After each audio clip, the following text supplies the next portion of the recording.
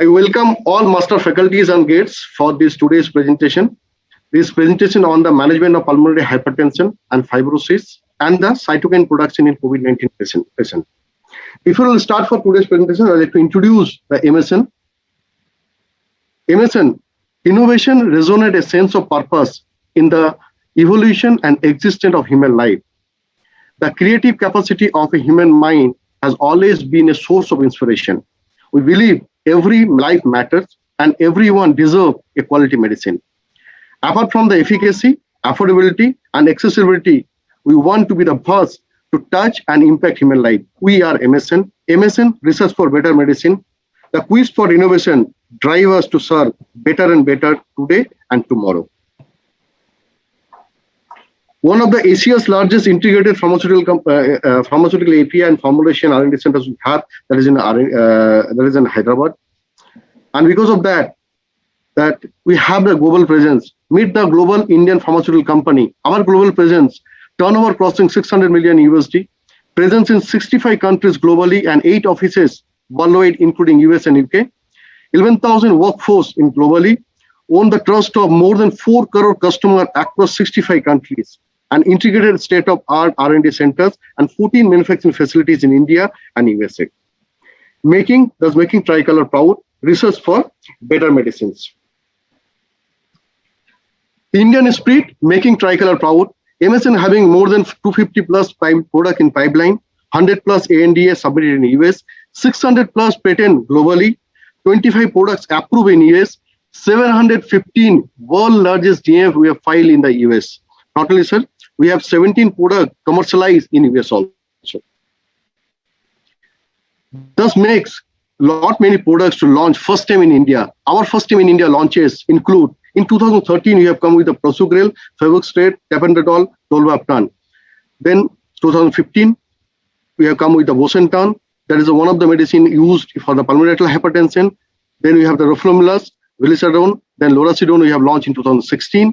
Then come in 2017. 2017 we have come with the new molecule, that is the Ambrisentan for the management of pulmonary hypertension, Macitentan for the management of pulmonary hypertension. Then we have brought the Riociguard to the Indian patient. And 2020 we have brought Trentine. And in 2021 we have brought the brand molecules like Dapagliflozin, Sacubitril Valsartan, the brand like Dapavan, Sakuten, Tofaros, and the Revanex. Partner in practice, MSN expertise in the research to innovate brought us first time India launches to support super specialists in bringing down Indian patient suffering. Who to better stand by you, a company with a global research, global manufacturing, and global quality. Company which has acquired trust globally. We at MSN on a journey to serve you better and better. To partner in creating awareness in the management of pulmonary hypertension, pulmonary fibrosis in COVID-19 patient, approach for the emergence treatment option that to increase patient life expectancy and quality of life. So we are associating with you for pulmonary arterial hypertension management. For today's program, before we start the program, we'd like to introduce our today's moderator, Dr. Vikas Kohli. Dr. Vikas Kohli is Director, Delhi Child Heart Center, highly skilled and experienced non-invasive and interventional and fetal cardiologist with the American board certificate. Dr. Kohli has done the cardiology in the University of the Miami, Jackson Memorial Hospital, Florida, USA, and pediatric residence. Dr. Kohli presently heading the director in Delhi Child Heart Center in New Delhi, India. Dr. Kohli is also associated with the functioning in various professional bodies related to the pediatric cardiology. He has got the Best Research Award in University of Miami and Florida in USA. He got the Best Fellowship Award from American Heart Association and American College of Cardiology, Travel Fellowship. He has the American Board of Certified Pediatric Cardiologists. He has an expert online eco training closer and fellow pediatric cardiologist supervisor. Examiner on the final fellowship exit exam in pediatric cardiology. He has an expert intervention pediatric cardiology and non-invasive pediatric cardiology. He has an expert in fetal cardiologist and the complex fetal diagnosis. He is expert in the management of complex heart disease and pediatric cardiac intensive care unit. So, Dr. Kohli, now I'd like to hand over the session to you. Thank you very much for the flowering and the flattering introduction, Mr. Mandal. And I was very impressed with your presentation of MSN also as an international company. If you will allow me, I will go ahead with the first presentation today, and I would like to share it.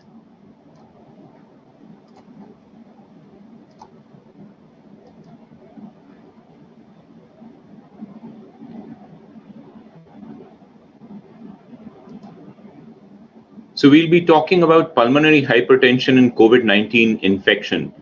And pulmonary hypertension, as we all know, is basically small pulmonary arteries less than 50 microns, which get affected by vasoconstriction, medial hypertrophy, cell proliferation, fibrosis, and finally there is complex lesions like plexiform formations and thrombosis inside C2.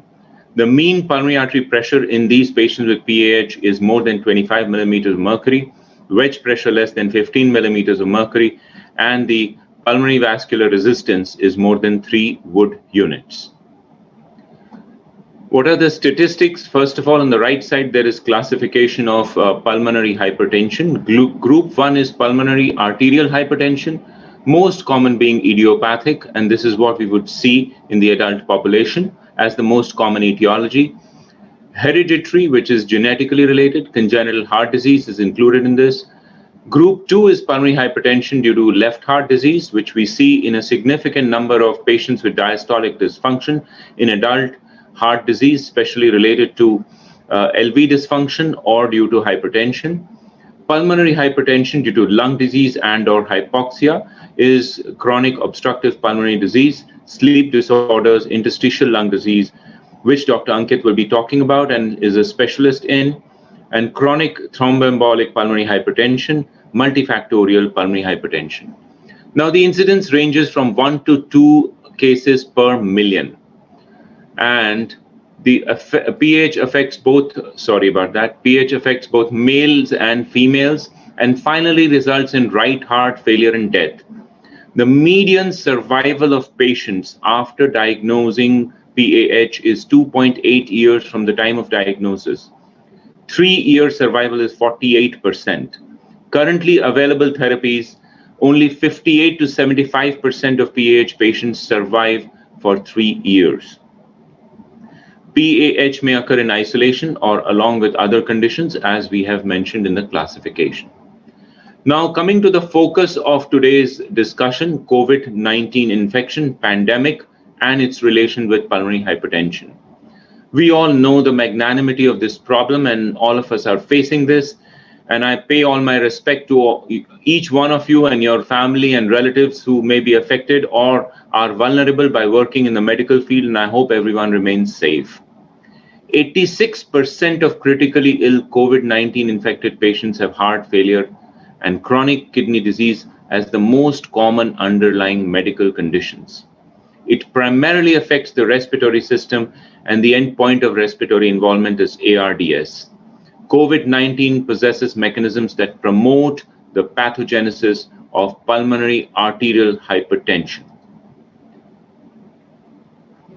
Histologically, patients who died of COVID-19 exhibited thickened pulmonary vascular walls. This is an important hallmark of arterial hypertension itself.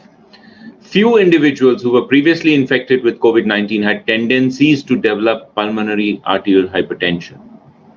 And increased susceptibilities to develop PAH may occur only in patients who survived severe COVID or those who developed mild or even no symptoms in response to COVID infection.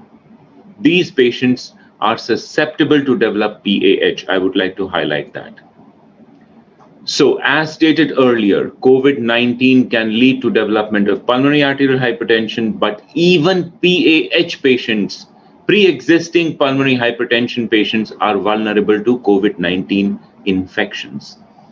PAH is associated with high mortality in itself, but, and here is the stunning fact, PAH and or its targeted therapies might be protective against COVID-19, which is why majority of the PAH patients, when they get COVID-19 infection, it is not a severe infection. Thus, the number of COVID-19 cases reported amongst PAH is surprisingly low. Anecdotally, PAH centers in areas hit hard by the pandemic were not observing as many patients with PAH with COVID-19 as they had anticipated. Now, why all this is happening? Why PAH therapies might be protective for these patients? It has been hypothesized that physiopathological features of PAH and the benefits attributable to specific treatments might lead to protective effect through the following mechanisms. Number one, reduced viral entrance. We all know that ACE2 receptors are the ones through which the virus unlocks and enters a cell. So what do these therapies do to these receptors? We will come to that in a moment. And the role of chronic inflammation in pulmonary arterial hypertension. That is, in underlying PAH, there's already an immune mechanism. Does that mechanism predispose a patient to counter the effects of the virus? Second is attenuated lung damage. Third is protective effects of the therapies. So now let's first talk about reduced viral entrance. The ACE2 receptors in PAH patients' blood and lungs, the ACE2 expression is decreased. If the expression is decreased, the number of viruses which can bind to cells with these receptors become low in number. The low ACE2 levels in PAH patients could act as a protective factor. Role of chronic inflammation in PAH. In PAH patients, chronic pulmonary inflammation is a common immune cell type such as lymphocytes, macrophages, neutrophils infiltrate the lung. This is in a patient who already has PAH and then is exposed to COVID-19. Their lungs have a chronic pulmonary inflammation due to PAH itself. And this is the adaptive immune system from immune cellular landscape. And thus, tertiary lymphoid tissue is present in the vicinity of bronchioles, which hypothetically is limiting the viral infection and expansion. Now, next mechanism we are talking about is attenuated lung damage. Changes in lung perfusion, unusual dissociation between lung mechanical properties and severe hypoxemia has been reported, which means abnormal hyperperfusion of non-ventilated areas as a consequence of impaired lung perfusion regulation. The basal abnormal lung perfusion present in PAH patients could limit this abrupt perfusion imbalance towards non-ventilated. So to simplify this complicated language, that in COVID-19 there are certain changes which happen. But in the changes which happen due to PAH in the lung itself may actually be countering the effects of the COVID-19 virus effects on the lung perfusion and the hypoxemia. Furthermore, chronic vasodilator treatment could prevent a severe hypoxic vasoconstriction response, and phosphodiesterase inhibitors and calcium channel blockers have been proposed as a potential treatment for COVID-19 based on their vasodilation properties. So protective effects of endothelin receptor antagonists, ERAs, against ARDS. This is the third mechanism which may be protecting PAH patients in the scenario of COVID-19. PAH targeted therapies could have protective effects against COVID-19, improving endothelial function. So here specifically the ERAs work on endothelial function. ERA stands for endothelin receptor antagonists, incidentally, so that they work through the endothelin receptors and endothelial function. ERAs inhibit angiotensin II, induced vasoconstriction and lung injury, and this is upregulated in PAH. Endothelin receptor antagonists could be beneficial in treatment of COVID-19 lung injury, enhancing the nitric oxide pathway, commonly used PAH-targeted therapeutic avenues.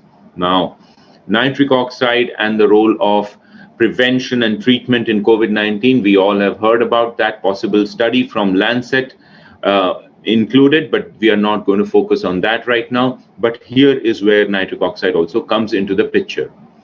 So admission of PAH patients to negative pressure rooms in ICU and a trial of non-invasive ventilation or high flow OptiFlow as a reasonable approach to these patients' management in the ICU as the initial treatment may be the right way to go about it. Centers which have facility for inhaled nitric oxide or inhaled epoprostenol, these should be considered, but in India, epoprostenol is a drug which is not available unless MSN decides to have it available for us over a period of time. And inhaled nitric oxide is available in few hospitals in the country. If intubation is inevitable, goals of care should be established. Preferably, goals of care should have been established before reaching this point, and these should include, the role of lung transplant also. Hypotension and loss of RV contractility may be prevented. Administration of inotropes, catecholamines, fluids should be considered before anesthesia. Etomidate is preferred for inducing general anesthesia. And in a critically ill PAH patient with COVID-19 infection, continue PAH-specific therapies, that is ERAs, etc., and phosphodiesterase inhibitors. Inhaled epoprostenol, iloprost can be used, and treprostinil can also be used. Endothelin receptor antagonist can be crushed and delivered via nasogastric tube. And patients on oral treprostinil should go on IV treprostinil, and patients on oral selexipag can briefly transition to IV selexipag if needed.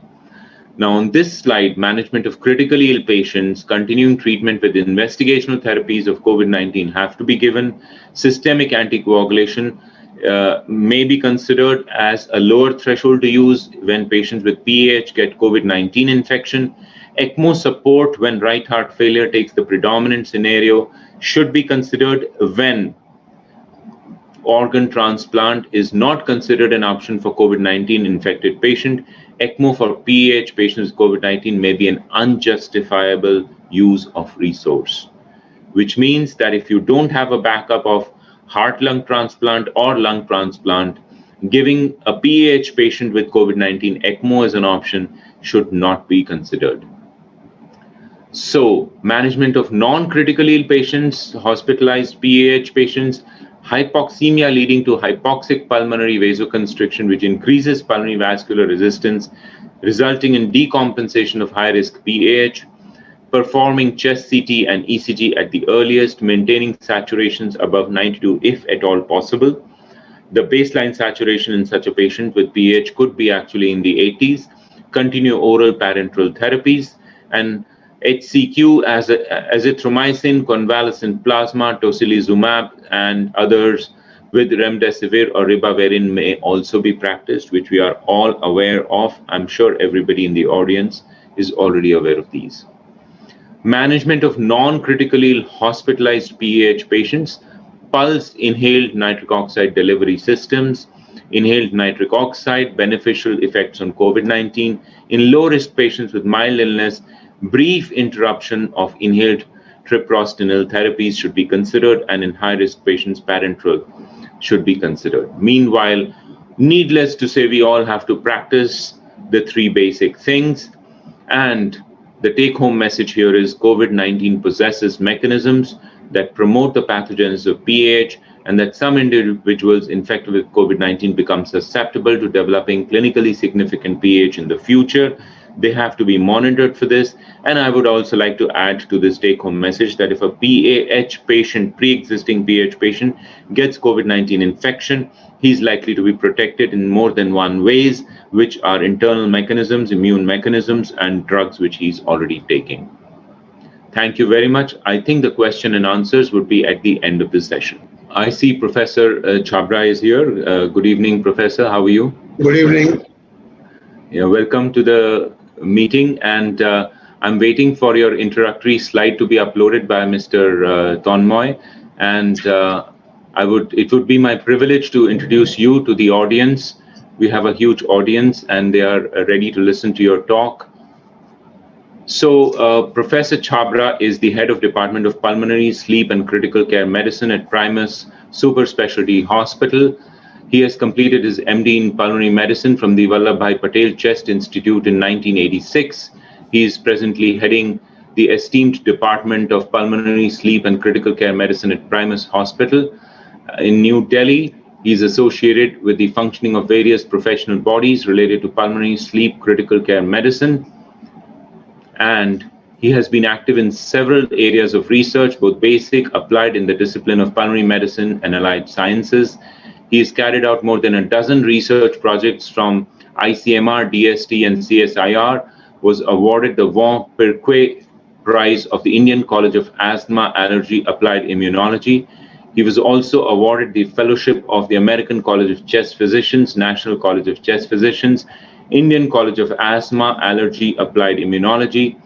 He has supervised several research projects, 25 MDs, and several PhD students have been co-supervised by him. He has delivered more than 150, and I guess that must be multiplied by 10 by now, and over 140 publications in prestigious indexed international and national journals.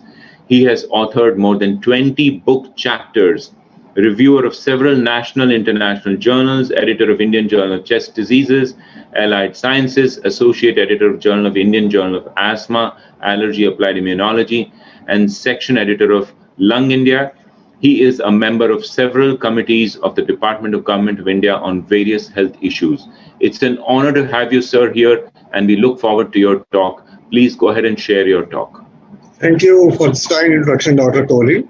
So I'll just share my screen and then get started. Yes.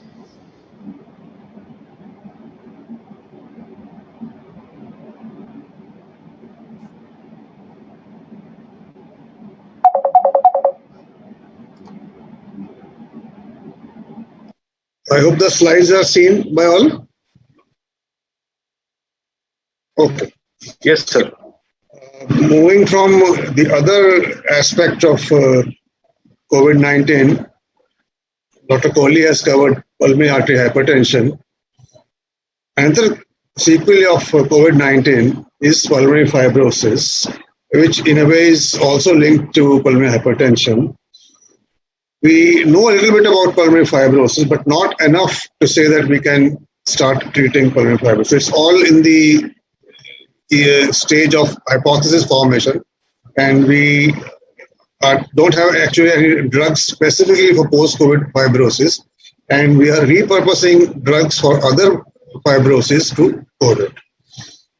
Now, COVID, as we all know, is one of the most devastating illnesses which has ever struck mankind. That doesn't require any repetition. We're having millions of patients so far in the globe, and we have waves of COVID. We had the first wave, out of which we came out fairly successfully, but the second wave has really struck us, has climbed steeply, and today we are having more than 3 lakh cases every day in India. So it's a tremendous burden on the population, not only India, but globally. Now, COVID-19 as a disease doesn't have a uniform prognosis. Majority of patients have a good prognosis. In fact, there will be many patients who may not have any symptoms at all.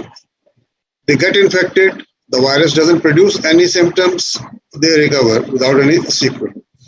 And it has been estimated that almost 80% of patients with COVID-19 will only have mild symptoms of fever, cough, just like any common cold or upper respiratory tract infection, and they would recover from this. The problem comes with the remaining 20% who would develop substantial hypoxemia, which requires hospitalization, and out of those, another 5% who would have a high risk of mortality. So it's the high case fatality rate which is causing concern. If it was only a cold, one wouldn't really bother. So it's the high case fatality rate which is a matter of concern. And the deaths that are occurring are in huge numbers. Now, those who do not die, successfully treated with whatever treatments we have, they may not stage a full recovery. Lung may continue to have a damaged existence. So there is a morphological damage, and that is where the pulmonary fibrosis comes in. So patients who have had significant lung damage because of COVID infection, COVID pneumonia, they are left with pulmonary fibrosis. which may vary in severity from mild to very extensive one. And that is the challenge for the future, so that it's not over with the acute treatment of COVID. The 2 or 3 weeks of treatment doesn't mean that we have beaten COVID. A substantial number of patients would continue to have long-term effects of COVID, and these are the long COVIDs or long haulers. This we have known from previous lung damage diseases like ARDS also. That is, one acute episode doesn't mean that the patient has recovered fully. So patients will continue to have sequelae, which would vary from mild fatigue or body aches to more severe forms, including damage to lungs, which would require oxygen therapy. Some would also be candidates for lung transplantation, besides other significant abnormalities related to heart and the cerebrovascular system, which I am not clear. So ultimately, a large number of patients who today are getting COVID-19, we expect that in future they'll have an impaired quality of life. And a major cause of this would be pulmonary fibrosis. So pulmonary fibrosis is one of the complications which we are dreading. Even if 2 or 3% of patients end up in severe COVID, the numbers are so huge that the patients who will be left with pulmonary fibrosis and consequently have impaired quality of life, impaired functional capacity in their day-to-day living activities. So that number of patients with impaired activities would be huge. The radiological manifestations of fibrosis, these are obvious as early as the 3rd week after onset of symptoms. And this is regardless of severity of the acute illness. Even patients with mild to moderate degree of COVID pneumonia, they do develop some bit of fibrosis, although it's small. And greater the severity, greater is the risk of developing large areas of fibrosis. In fatal cases of COVID-19, organizing diffuse alveolar damage, that is a pathological hallmark of pulmonary fibrosis of varying severity. And a lot of information has come to us from the autopsy studies carried out in COVID-19 patients. Who is likely to get pulmonary fibrosis? Patients who have got an advanced age, very severe illness, males, patients with comorbidities like hypertension, diabetes, obesity, patients who go on to mechanical ventilators, patients requiring long period in ICU for their recovery, habits like alcoholism and smoke. So these are some of the risk factors which are hypothesized as being important determinants of pulmonary fibrosis. By no means proven, but this is the starting point, and these are the patients in whom we are watching closely on follow-ups where they are developing fibrosis. Now, the pathogenesis of fibrosis starts with inflammation, and I won't be covering this in detail. The fibrosis that follows inflammation is part of the general repair.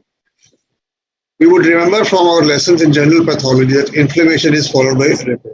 But when this repair is out of control, when it is fibrosis, then that becomes a new disease. We all get injuries, there's a scar formation, and that doesn't progress. So it's the end of the matter. But if the scar formation becomes progressive, and there is reason to believe that in some patients, at least there is a biochemical basis for this fibrosis to be progressive.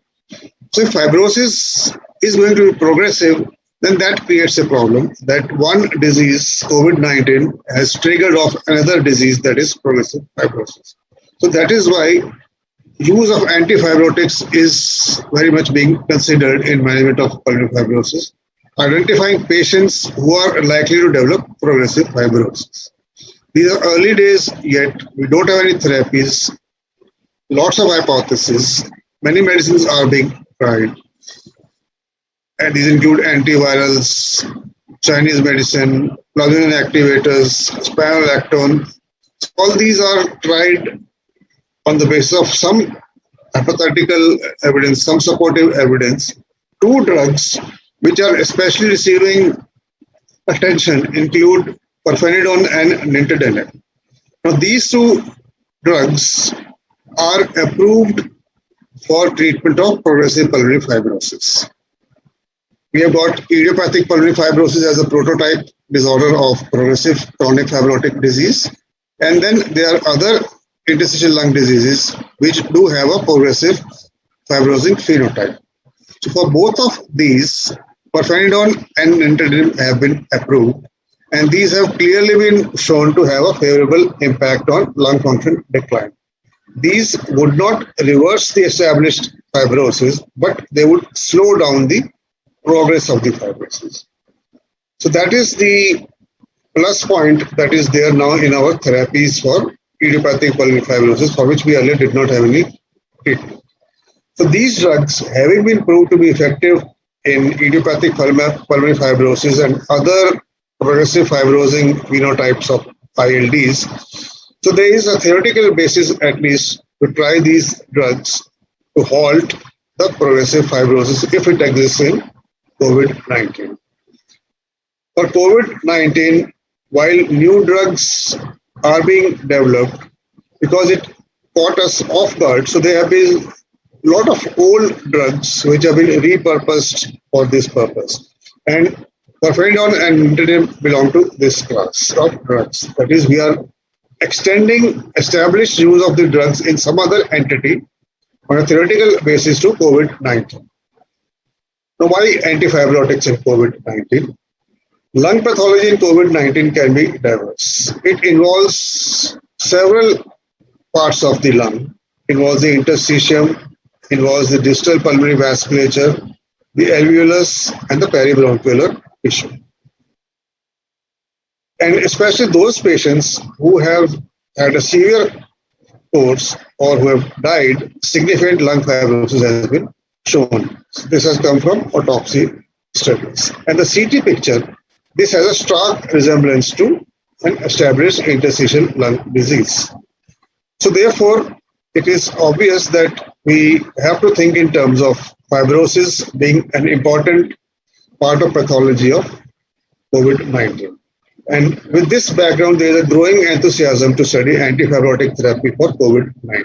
And there are clinical trials underway using the currently approved antifibrotics. Pulmonary fibrosis, which follows COVID-19, this may have a progressive course, and there is a theoretical basis, especially with the involvement of cytokines like TGF-beta1 and the vascular growth factors. These may be leading to a progressive fibrosis. And drugs like pirfenidone, these are having an action on cytokines like TGF-beta1 and various vascular growth factors. So therefore, these drugs could inhibit the runaway fibrosis in COVID-19. So that is the theoretical basis why pirfenidone and a similar drug nintedanib has been proposed, that these might exert potential benefits in the prevention and treatment of pulmonary fibrosis following COVID-19 infection. And it has been suggested that we could use antifibrotic therapy, although these drugs do not form a part of any guideline till now. And it has been suggested that if at all these have to be used, and these should be used in a clinical trial mode. The reason is that there is a theoretical basis, no proven role, so these do not enter into any guidelines, but we expect that antifibrotic therapy may improve oxygen saturation, may slow down the progression of fibrosis, may slow down the decline in lung function, may improve long-term survival in these patients.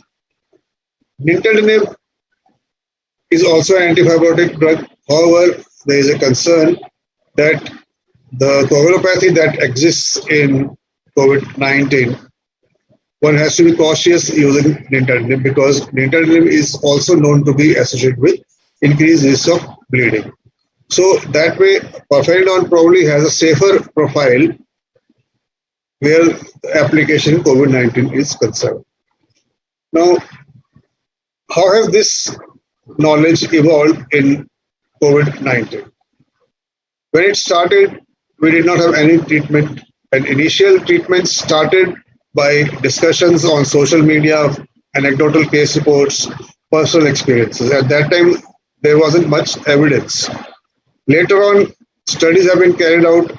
We have had updated guidelines from National Institute of Health, from European Respiratory Society, from Government of India, so that at present we have a sufficiently well studied and evidence-based management plan for COVID-19. So therefore, the scope for liberties which one could take in the early part of the COVID-19 pandemic, that one is not supposed to take. So if at all one wants to try new medicine, then it has to be in a clinical trial mode, and one needs to follow evidence-based medicine. The current treatment of COVID-19 basically revolves around treatment of the acute phase. Whether it is steroids, anticoagulants, these are all, and antivirals, these are all focused in the first 2 to 3 weeks of the COVID management. Longitudinal studies, how to address residual abnormalities in COVID function, lung function, and CT abnormalities, these are not yet studied. There are certain clinical trials which have been started, both with nintedanib and pirfenidone, but the results are not out yet. These drugs at present, as I mentioned earlier, do not figure in any of the guidelines, although in practice, not only in India but elsewhere, physicians have jumped the gun more out of desperation, and there is a widespread use of antifibrotics in prevention of post-COVID fibrosis, although this is not supported by evidence. Now, if we don't have direct evidence in COVID, do we have indirect evidence? For that, we need to consider similar diseases. COVID-19 causes ARDS as the most devastating pathology.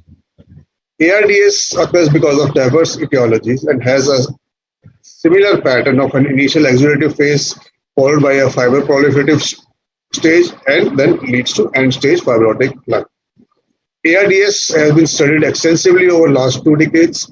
There are biopsy studies, autopsy studies, and it has been shown that lung function in survivors of ARDS is impaired mildly.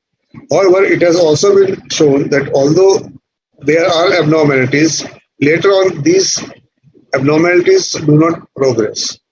So 5-year study where it was these patients were followed up, majority of patients had normal or near normal spirometric results. There was evidence of fibrosis in CT, but it was non-progressive. So that is one reassuring feature in ARDS, that although there are residual abnormalities, the abnormalities do not progress. So it is a one-time damage that occurs in ARDS. If we look at specific cause ARDS, the nearest that we have is influenza-induced ARDS. Influenza-induced ARDS has also been shown to lead to spirometric and radiological abnormalities, which are usually mild, and these tend to improve over time. These may persist on CT scans like septal lines and pericameral bands, even traction bronchiectasis, but generally these are of no consequence. And again, these do not progress. The coronavirus, which is currently affecting the mankind, is Corona 2. Before that, the coronavirus 1 has already struck mankind and caused 2 similar syndromes. One was the severe acute respiratory syndrome of year 2002 to 2004, and the Middle East respiratory syndrome, MERS, 2012 to 2015. These 2 were involved. These involved a few countries in a localized way, but there was substantial mortality because of ARDS. And patients who survived ARDS in these syndromes, they had a reduced quality of life and pulmonary function sequelae. However, again, similar to the experience in ARDS of other etiologies, it has been found that the abnormalities which are induced in the acute attack of SARS and MERS, these have not progressed. And these tend to improve over time. So if we summarize the evidence from the ARDS studies, how ARDS affects lung later on, then decreased quality of life and exercise capacity limitation are long-term consequences, and we know that these would happen in COVID-19 also. However, the pulmonary function abnormalities, spirometry and diffusion capacity, these are mostly mild and these recover with time, returning to normal in most patients. So that is one reassuring thing, that it's very unlikely that the lung function abnormalities in COVID-19 would progress with time. Secondly, the imaging modalities, CT, these show mild degrees of interstitial thickening and traction bronchiectasis and mechanical distortion in ARDS of other etiologies. But there also it has been found that this does not tend to progress. So the clinical impact and the physiological mechanical changes in lung are non-progressive. But I must conclude by saying that the talk by Dr. Chabra was extremely enlightening, and his experience and knowledge just shines through the presentation completely. I'm honored to introduce Dr. Ankit Ganatra. He is MBBS, FCPS in medicine, fellow in rheumatology and immunology, specialist in joint, muscle, and rheumatic diseases. He's completed his post-graduation in internal medicine from College of Physicians and Surgeons, Maharashtra in 2016. And he pursued fellowship in rheumatology and immunology from Kenisha Rheumatology Care, Mumbai in 2019.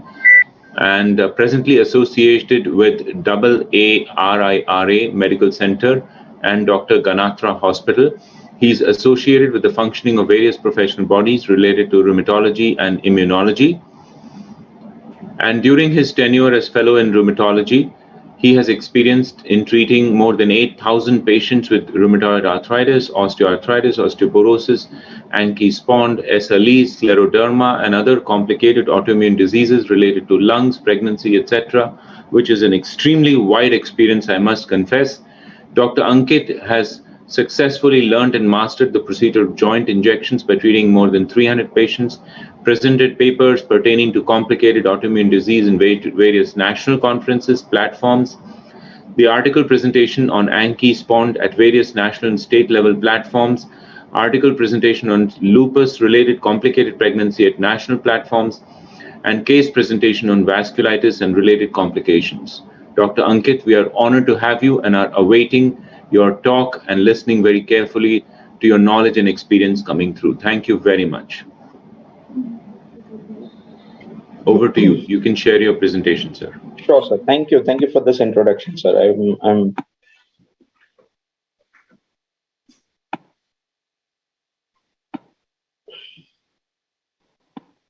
Yes, sir. Is it visible? Yes, it's visible. Yes, sir. It's visible.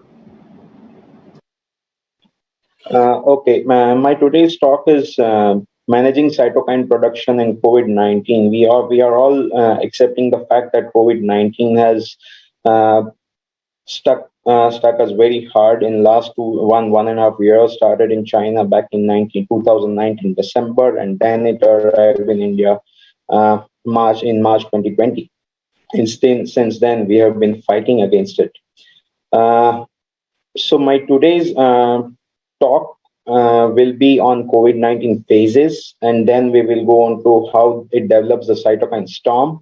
What are the guidelines to treat the COVID-19, which has been which has been given by Infectious Disease Society of America. And then we will talk about the evidence of the JAK inhibitors in COVID-19 as it has been approved by FDA, US FDA, in terms of baricitinib. And now we are coming up with the tofacitinib, the repurposing of the drug for COVID-19. Let's start with the 40 years with the coronaviruses. It was found between 1960 to 1970.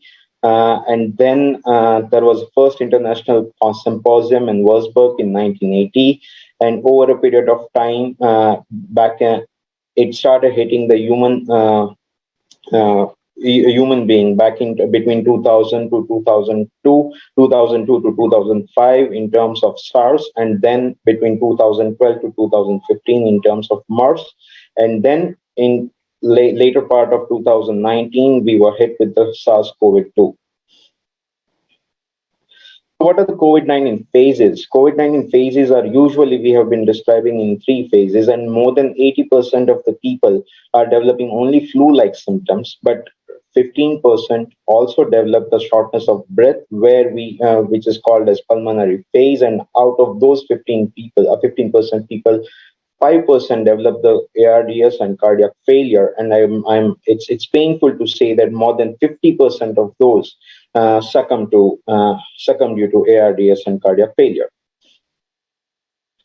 So, how an immunity be reinforced and hyperinflammatory damages can be avoided? So, we have to understand the immunopathology of the COVID-19.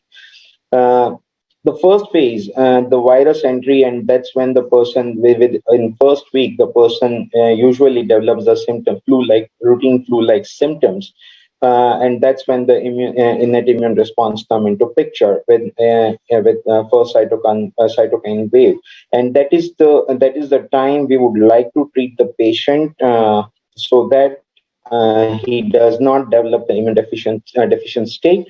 But somehow, because of if I'm talking about the Indian population mentality, they would not talk about this illness. They would run away, and that's when they develop the immune deficient state, and that is when the cytokine storm come into picture, which is a lethal second wave. So basically, COVID-19 induces both impairment and hyperactivation of the immune system. Early viral clearances by IFN type 1, which is a key to prevent further viral replication, T cell exhaustion, and the cytokine storm. During the first phase itself, with the timely administration of the treatment, will reduce the viral load and avoid the hyperinflammation. So this is the kinetic and intensity of the antiviral response. In mild to moderate disease, the viral load is which is when the viral load starts rising, but the type 1 IFN response is such high that the inflammatory cytokines will not take much of the person's. It will not come into picture in such an extent. But if the treatment will not be started in the early phase itself, then the viral load will increase, and then the inflammatory cytokine will come into picture, and that is when the cytokine storm will start. So it is a very complex immunopathology of COVID-19, but I would like to simplify it. In patients with severe COVID-19, the lymphopenia and drastically low CD4 plus T cell and CD8 T cells, B cells and NK cells, as well as the reduced monocytes, eosinophil and basophils will be seen. Additionally, NKG2A on cytotoxic lymphocytes, including NK cells and CD8 plus T cells, are upregulated in patients with COVID-19. Patients with severe COVID-19 will exhibit the elevated serum levels of pro-inflammatory cytokines such as IL-6 and IL-1B, as well as IL-2, 8, 17, GCSF, GM-CSF, IP-10, MCP-1, MIP-1 alpha, which is also known as CCL3, and TNF alpha, and tissue necrosis factor as well, and which all together will be considered as cytokine storm. The hyperinflammatory response that will rapidly progress, and it will definitely increase the risk of death. Intervention is aimed at modulating the inflammatory immune response by reducing the toxic cytokine levels, which will improve the outcome in the treatment of COVID-19 pneumonitis. The approach is well established since the publication of Recovery that lead to the usage of dexamethasone in admitted patients. So this is the infectious disease Association of America guideline in 2021, where they have clearly stated that with mild to moderate disease, we do not need corticosteroids or any of the monoclonal antibodies. With hospitalization, with the no need of oxygen supplementation, there is a minimum evidence where you will be succeeded with the corticosteroids. But yes, they have recommended, they have suggested the use of glucocorticoids where you see the oxygenation is going down, going below 94% on room air, and person needs a mechanical, either need the mechanical ventilation or the high flow oxygenation. But in any case, the tocilizumab is not clearly evident to be used. Even in recent times, the Roche, the only pharmaceutical company which has been manufacturing tocilizumab, they have also said that it has not met the endpoint in terms of survival. Yes, the remdesivir can be used when the patient is hospitalized and patient is in septic shock as well as on ECMO. There is some amount of evidence in patients with the non-critical disease with SpO2 less than 90%, 94% in room air. Recent advances, what we have been following is baricitinib as well as the remdesivir. Baricitinib is a small molecule JAK-STAT pathway inhibitor. They have said that it can be used in non-critical disease where the oxygenation is less than 94% on the room air, but there is no sufficient data on for the patients who need mechanical ventilation or in septic shock and on ECMO. So currently, I would like to talk about tofacitinib, which is another small molecule which has been came into picture back in 2012 for the treatment of rheumatoid arthritis, and it came in India back in 2014. It is a selective JAK inhibitor for JAK1 and JAK3, and it has some amount of effect on JAK2 as well. And it also blocks the signaling from IL-2 as well as IL-4 and IL-6 and IL-11 as well as interferons. So what is the repurposing of tofacitinib? There are 4 Janus kinase JAK receptors present on the surface of immune cell. It will rephosphorylate and then activate the signal transducers and activators of the transcription, which is states, which in turn modulate the expression or gene expression responsible for the production of cytokines such as IL-1, 4, 6, 7, IL-9, 10, 11, 15, 21, 22 as well. Tofacitinib is a JAK-STAT inhibitor, potent immunomodulator approved for the second-line therapy of several autoimmune diseases. By blocking this pathway, and serum levels of these cytokines are significantly reduced as well. But it is important to note that JAK-STAT inhibitor do not have any effect on IL-1, 17, 18, TGF-beta as well as tissue necrosis factor. So basically, if we talk about the inflammatory pneumonitis, which is caused by COVID-19, more than 50 cytokines are involved. And in that case, tocilizumab, which is only an IL-6 inhibitor, as well as anakinra, which is only an IL-1 inhibitor, compared to that, tofacitinib is more reasonable to use. As it has broad spectrum at the cytokine production inhibition. There was a study done in Mayo Clinic with 326 patients were taken with the COVID-19 diagnosis. Out of those, 269 developed the COVID pneumonitis. There were approximately 51% of the patients treated with the tofacitinib, out of which 16 expired.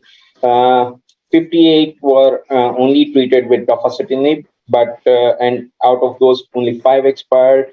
4 were treated with tofacitinib and tocilizumab. As in August 2020, it was told by FDA tofacitinib and tocilizumab both can be used, and out of those, only 1 patient expired. In those out of 138 patients, 67 patients were only with the dexamethasone, and out of which 8 expired, and 9 were treated with dexamethasone as well as the tocilizumab, which is IL-6 inhibitor, where only 2 were expired. Compared to that, 48% were treated with only dexamethasone. They were included in the group where they were only to be treated with dexamethasone. 30 were expired, and 129 dexamethasone only 29 were expired, and 2 were treated with dexamethasone as well as tocilizumab.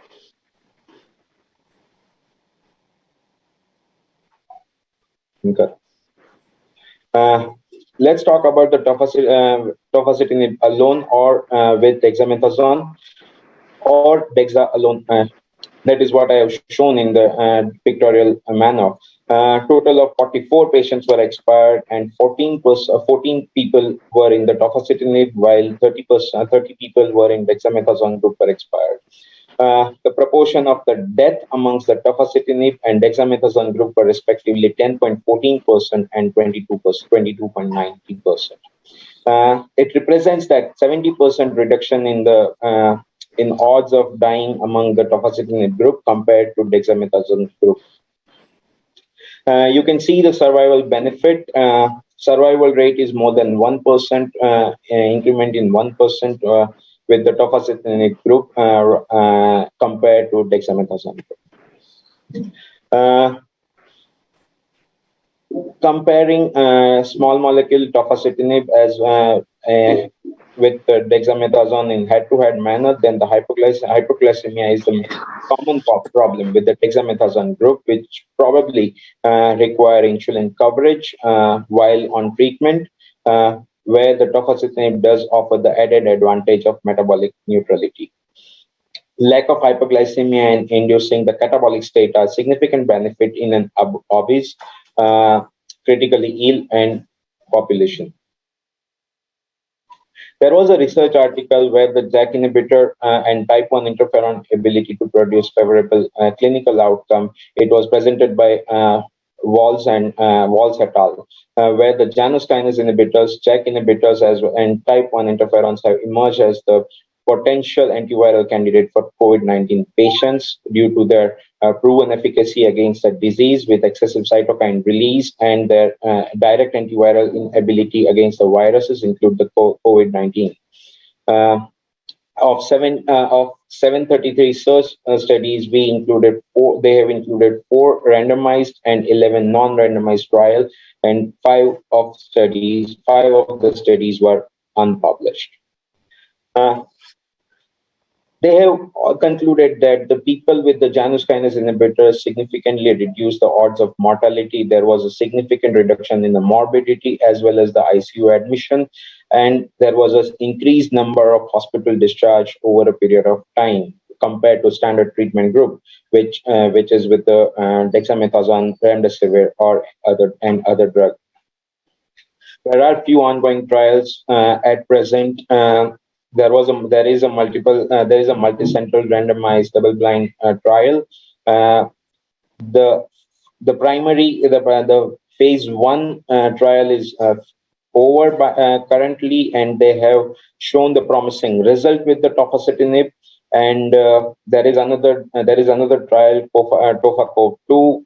They also have finished the phase 1 trial, and they have shown the significant reduction in the death rate as well as the morbidity. So, tofacitinib in COVID-19, what is the role? It reduces the inflammation as well as the inflammatory pathology by inducing the immunosuppression. It has a broad spectrum anti-inflammatory profile. There are few published evidence which favor the repurposing of the drug. Survival benefit with COVID-19 hospitalized patient has improved. It has a metabolic neutrality as well. Guidelines recommend the JAK inhibitors for COVID-19. I would also like to share my own experience with tofacitinib as well as the newer JAK inhibitors such as baricitinib, where I see I have treated some of the patients of COVID-19. The numbers are obviously pretty low, as I have treated 10 patients with the COVID-19 with tofacitinib and 15 with baricitinib, and I can say that I have seen the decent number of results. Thank you. I would like to take the questions. That was extremely enlightening. And Dr. Ankit, the question hour session would be at the end. And we have one more talk left. I'm going to share screen and talk very briefly on PH and COVID in the pediatric population, and just enlighten everyone about pediatrics and COVID-19 infections.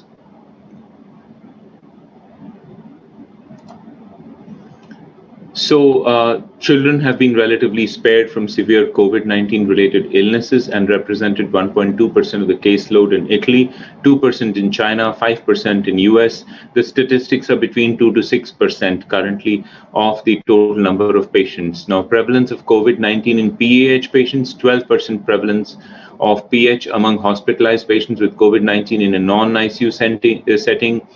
Patients with PAH have similar incidence of COVID-19, and the incidence is 2.9 per 1,000 patients. And the PAH patients affected by COVID-19, 50% hospitalization and 12% mortality rate. Now, what happens in children when it comes to heart and COVID-19 and heart related to lungs and pulmonary hypertension? So children differ when it comes to COVID-19. In adults, there can be myocarditis, infarction, cardiomyopathy, cardiogenic shock, acute cor pulmonale or arrhythmia. But in children, there is myocarditis, myocardial dysfunction, and coronary artery involvement. What is the coronary artery involvement in children with COVID-19? They get coronary aneurysms. So this is what we will talk about. So WHO, Royal College of Pediatrics and Child Health, and CDC have all come up with their criteria for diagnosis of what is called as MISC, multi-system inflammatory disease. And basically, after 4 weeks of COVID infection, which could be an asymptomatic COVID infection, I'll go through the WHO criteria.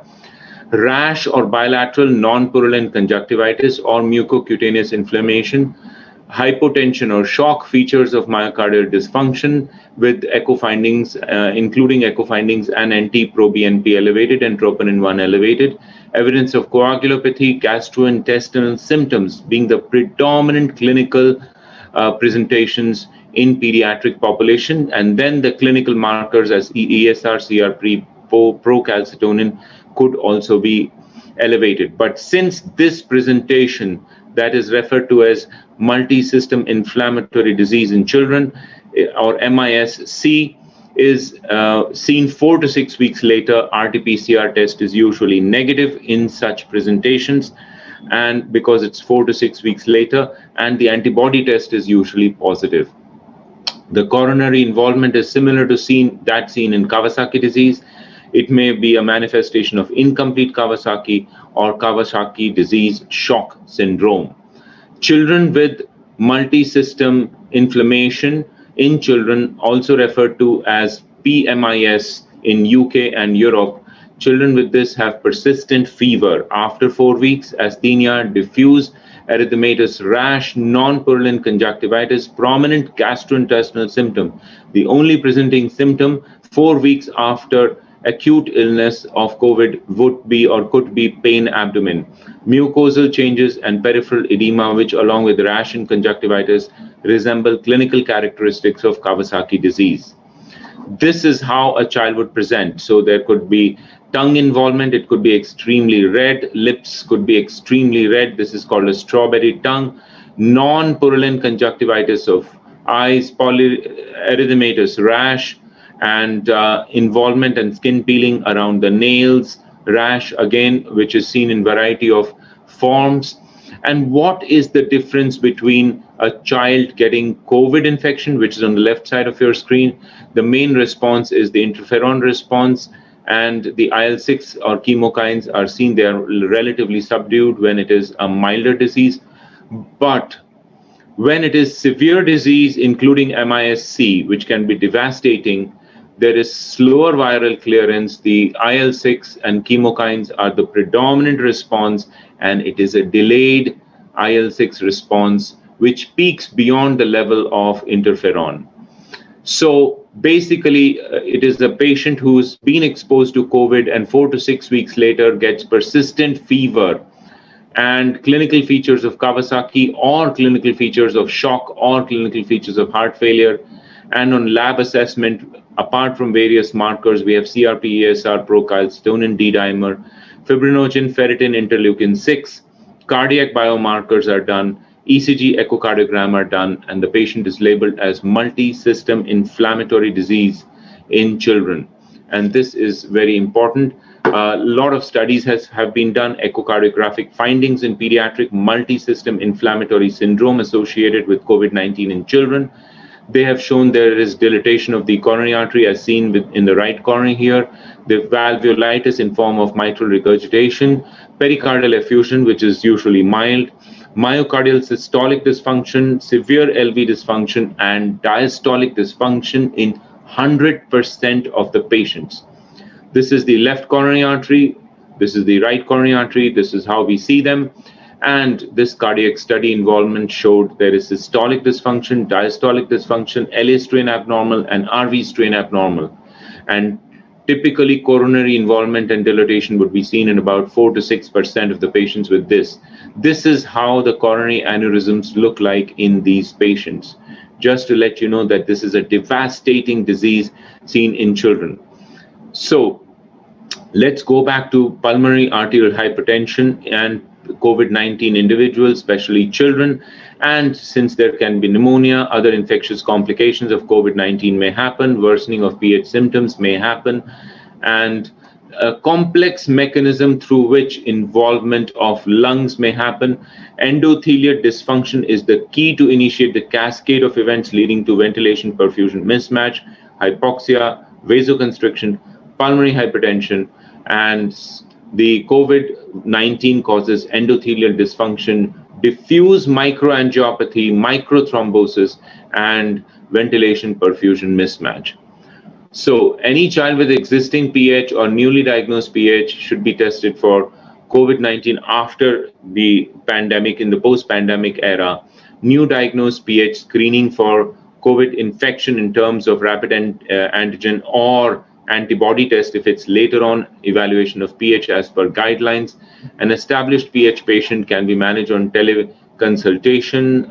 Repeat tests may be required apart from monitoring of saturation, etc. In non-critically ill patients, if fever persists and saturation drops, consider admission, ECG, X-ray, echo, chest CT, and other lab tests which are routine, including procalcitonin, may be important. But if the patient presents 4 to 6 weeks later, the tests may involve specifically the cardiac tests more than anything else. In critically ill patients, signs of MISC have to be looked for. Multidisciplinary team is involved. The treatment is IVIG 2 grams per kg. Low-dose steroids can be given. Anticoagulant remdesivir may be considered. It is essential to continue specific pH therapy in children even during COVID-19 illness unless changed by their provider. Sildenafil, bosentan, ambrisentan, tadalafil are commonly used therapies for pulmonary hypertension, which have shown beneficial effects by shifting blood flow to adequately ventilated lungs. And impact of COVID-19 on pH care in children has significant impact on the pH care in children.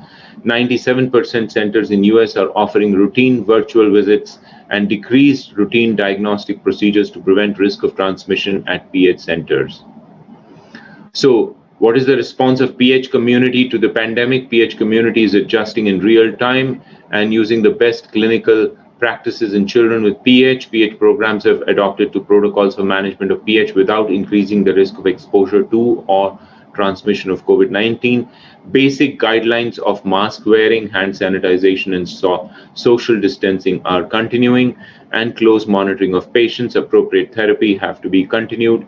There is no evidence to suggest that patients with PH are at a higher risk of being infected. In fact, they might be protected, and there is strong evidence to show that PH can be worsened with pneumonia or other infections and complications of COVID-19. With that, I end this presentation and I open the discussion session, and we already have several questions. I will go through them. So I'll take questions for Professor Chabra first. One very interesting question, sir, for you is nintedanib versus pirfenidone. What should be preferred in post-COVID fibrosis? Let me answer this first with Yes, sir. a rider that none of the two is approved for post-COVID fibrosis. So if at all one wants to start, it has to be in a clinical trial mode. So if you're doing a clinical trial, definitely go ahead and use. But there are no established protocols for use of nintedanib or pirfenidone in post-COVID lung at present. Having said that, pirfenidone may be a little safer compared to nintedanib because the risk of bleeding that is associated with nintedanib that may be enhanced due to the coagulopathy that is part of the COVID syndrome. So that way, pirfenidone appears to be a safer alternative to nintedanib in COVID-19. But one must understand that these are not drugs which are going to reverse fibrosis. Not all patients would require these drugs. So one has to be very careful which patients one is going to use. So not universal therapy that patient recovers from acute COVID pneumonia and then you put these patients on antifibrotics.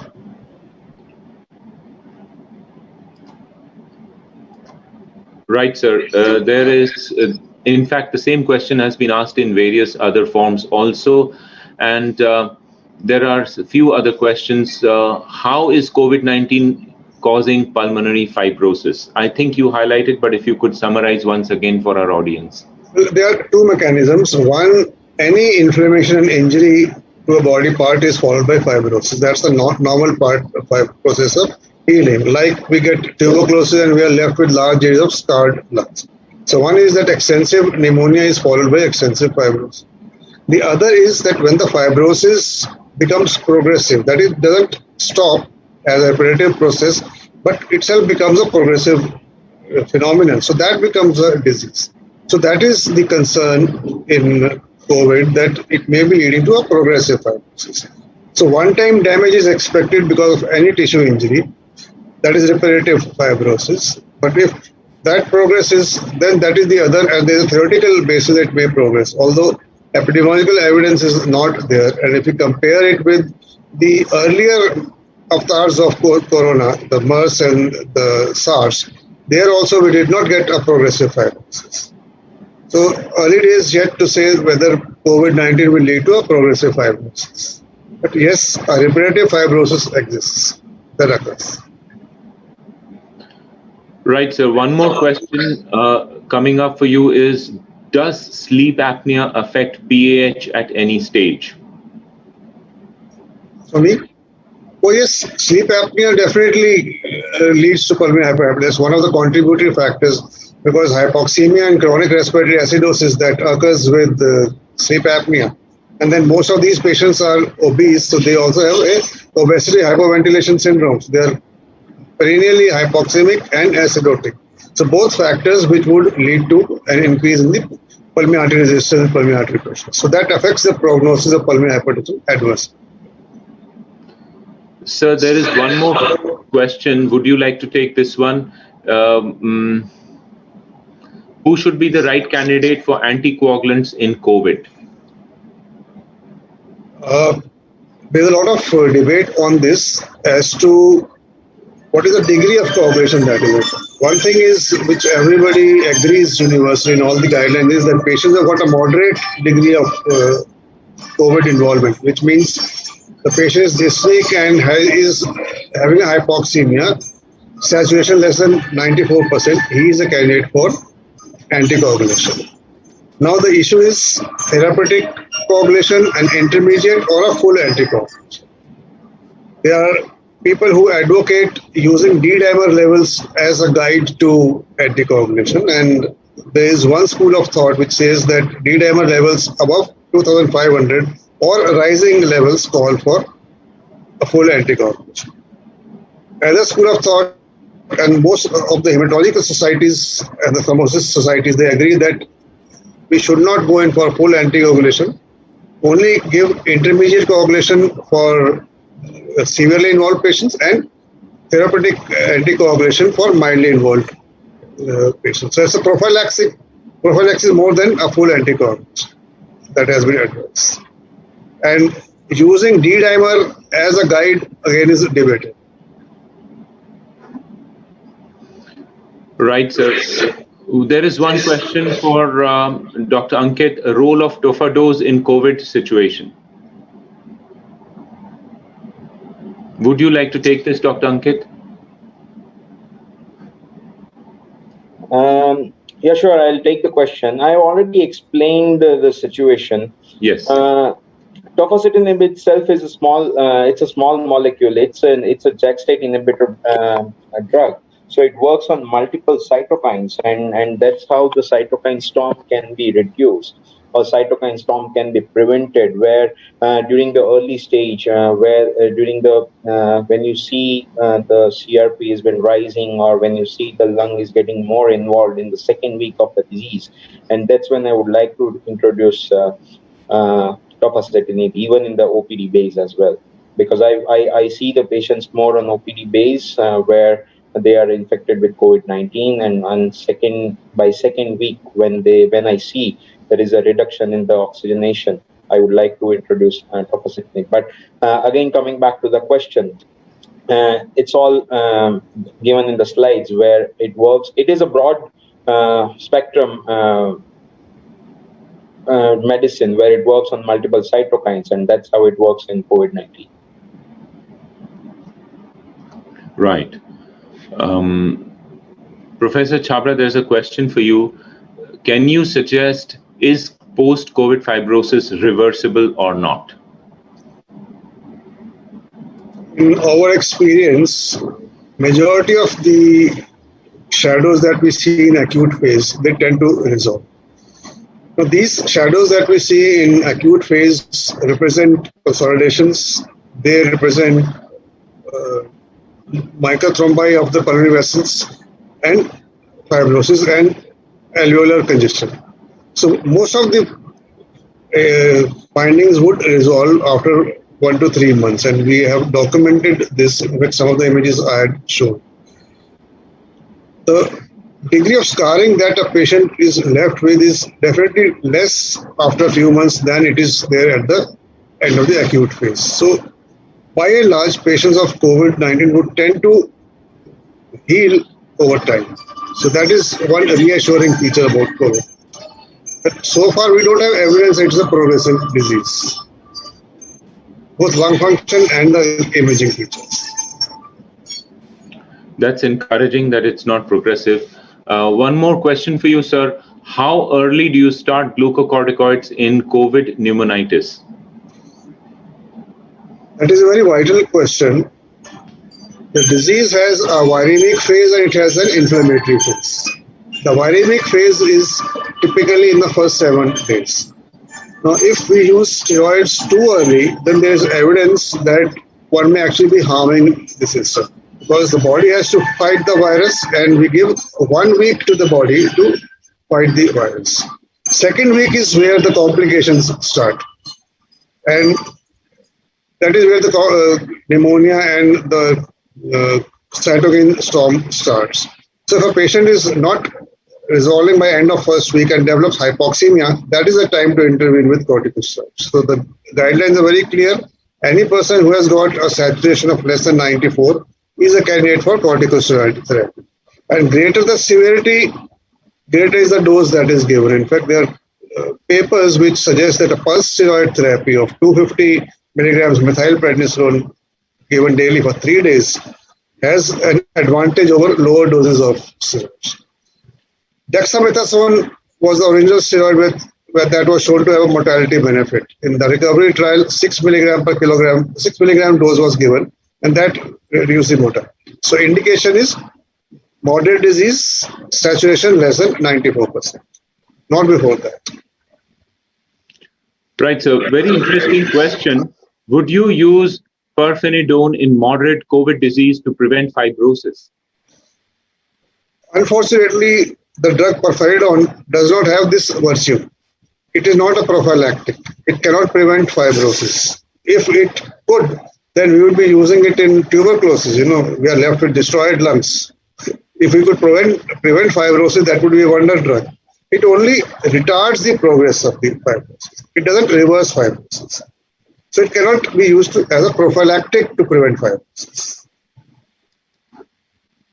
Right. And tofacitinib safety in usage in COVID-19 patients. I think, Dr. Ankit, this is for you.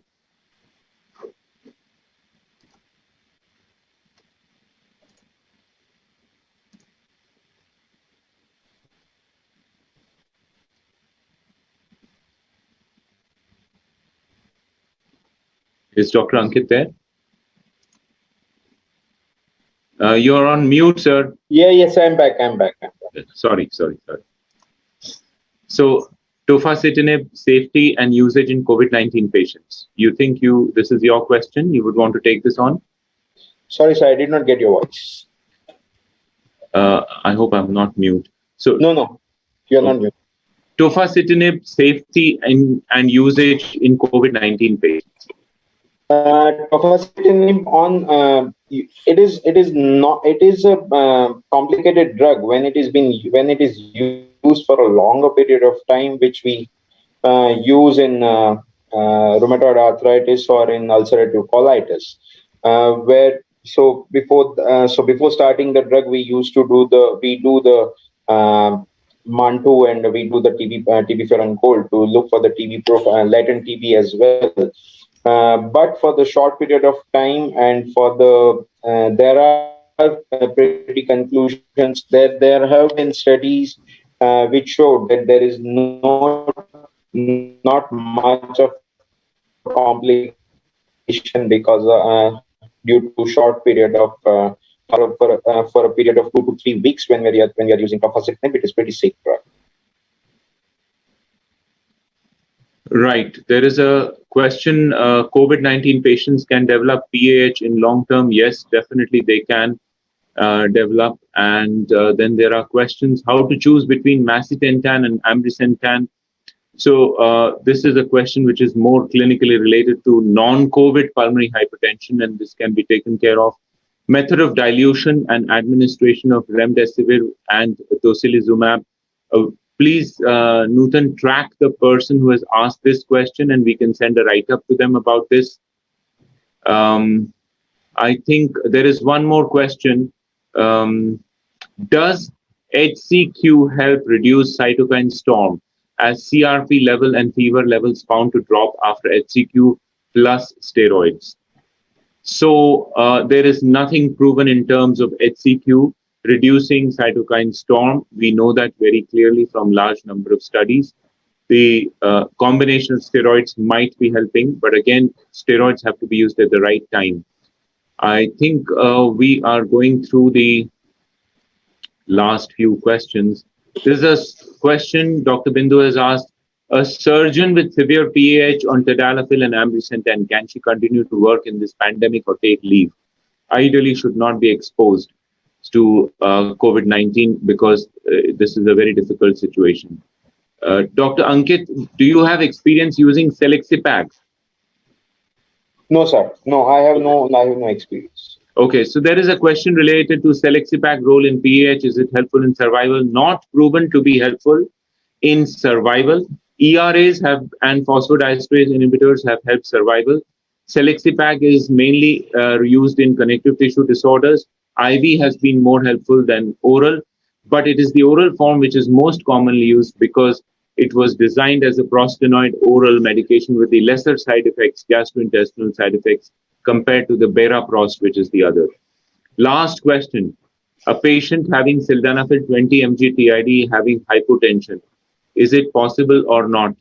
Unlikely. If it's an adult patient, it's not a very high dose. You have to look for cardiac causes or other causes that just the sildenafil itself is causing the hypotension, but you could reduce the dose and also check. So with that, we end the question answer session. I thank tremendously our speakers, and I wish each one of the audience a safe time ahead for them and all their family members, and stay away from COVID while taking care of the patients. Please don't acquire the disease yourself. And I hand over to the team of MSN, and they can conclude the session today. Thank you, sir. Thank you for all the guest faculties for this excellent presentation and the enlightened the knowledge what you have given to us. I have to say 2 slides only, sir. Sir, regarding this, the COVID-19 and this your pulmonary hypertension. So we look for our exclusively particular support for this world-class international quality medicine. Like we have the Fabulo, we have launched for this COVID-19 and PH for the brand of Sildenafil and the Parfinidone, that's the brand of Pulmofave. And recently we have launched the Tofacitinib, that is Tofadose, right? We may be the young player, but our drive and enthusiasm are the best in associating with you. Thank you. Thank you for joining. Sir? Dr. Kohli? Yeah, we conclude the session today. I thank the audience. I thank Professor Chabra, Dr. Ankit for their esteemed talks, which have enlightened us thoroughly. I thank Mr. Mondal, and I thank the team which is coordinating in the background for Health Visions, all the coordination and IT work they are doing. It has been a tremendous learning experience. Wish everyone a safe time ahead and good night. Thank you. Good night. Good night, sir.